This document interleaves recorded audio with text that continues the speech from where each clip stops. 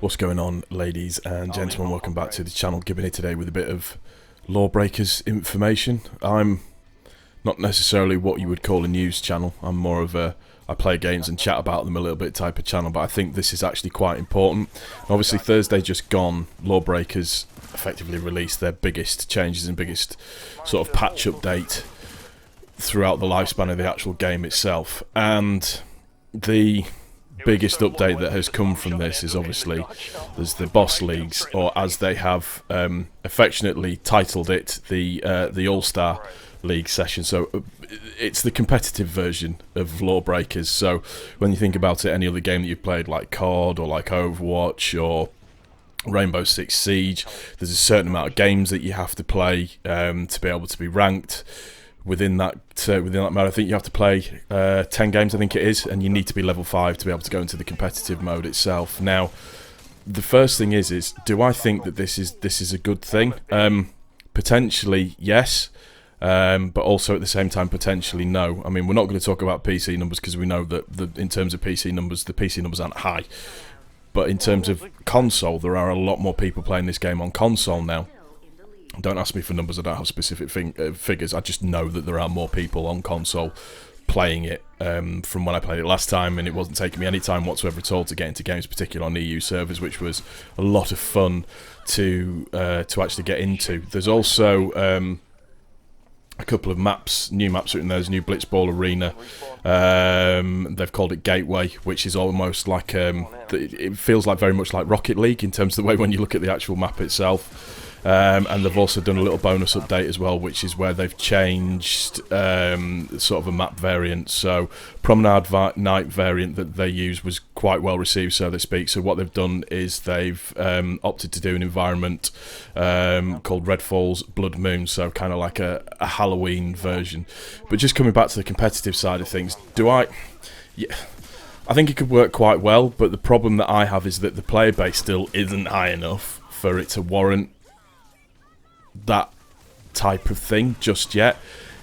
It has the potential, I suppose, to bring in more players to the actual game itself, so it could be a really, really good thing. And I suppose going into rank and getting a little bit more sweaty about your stats and everything, I need to play it a little bit more just to see work out kind of how it's going to work in type of player balance and stuff like that, where you can't have more, like for I'll use Overwatch as the example because a lot of people like competitive Overwatch, is where you can only have one player. So it's whether or not you can only have one Wraith or one Harrier or one Enforcer, or if it's two, or how that actually is going to work itself. But you know, well, it's good. It's the thing that you cannot knock Boss Key Productions for doing with this game is that they are actively making changes, improvements, listening to the community, as small as it might be, and trying to bring the game up a tier or bring it up a level. Now, what I wanted to focus on specifically was the patch notes for the PS4. So the new additions that are coming in there, as we all know. So the new feature, the competitive mode,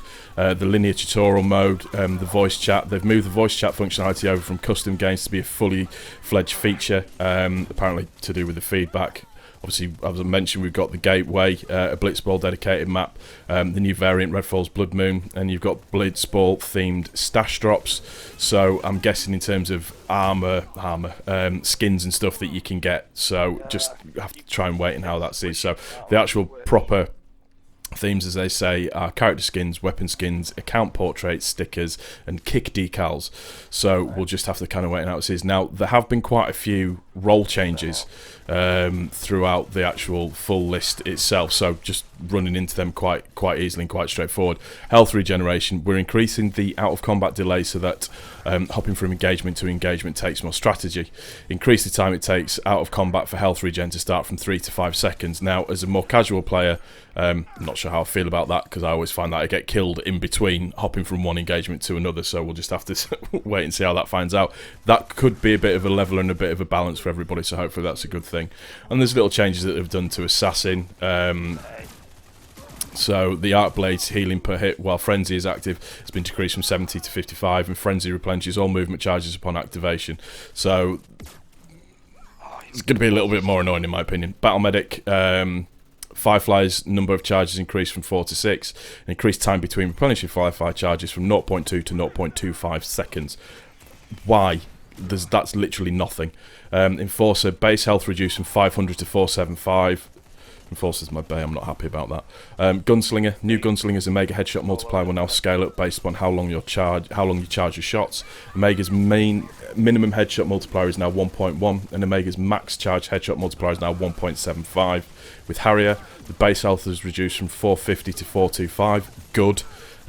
Shot Croc's headshot multiplier from 1.5 to 1.75, and laser tag cooldown visual now changes from red to blue when able to fire, and convergence beam duration reduced from 6 to 5 seconds. Juggernaut, they've the instigator's reload speed has been sped up by 10%. A Halo deflector can be manually destroyed by pressing the activation button again.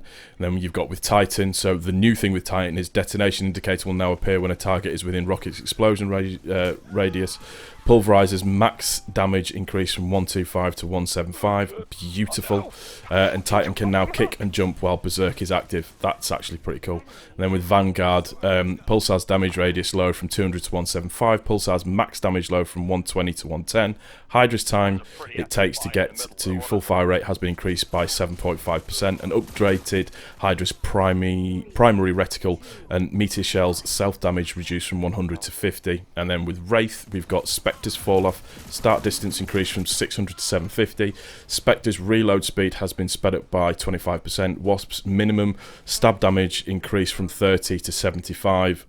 Not sure how I feel about that. Chronos Switch slowing rings travel speed has been increased by 30%. That's actually not too bad. I always found it was often difficult to latch on from a distance. It kind of went too slow, is the right way of saying it. And they've increased the time between firing Chrono Switch, so it's slowing rings by 10%. There's a lot of general and additions which I'm not going to go through because I'm going to be sat here for about 9 hours kind of talking about this, just bug fixes and sound and gameplay fixes and settings fixes. I'll put the link into the description. I mean, if you're a fan of the game, you've probably read all of these anyways, but I just wanted to highlight sort of the main things. But the main thing is the All-Star update, basically, and just how the competitive league and how I feel about it. I think it potentially could be a good thing. It's just whether or not the player base is there enough to be able to make it a really, really worthwhile thing. Often you find when you do bring in a competitive mode is that it will have a knock-on effect to the casual mode where that suddenly becomes sweaty.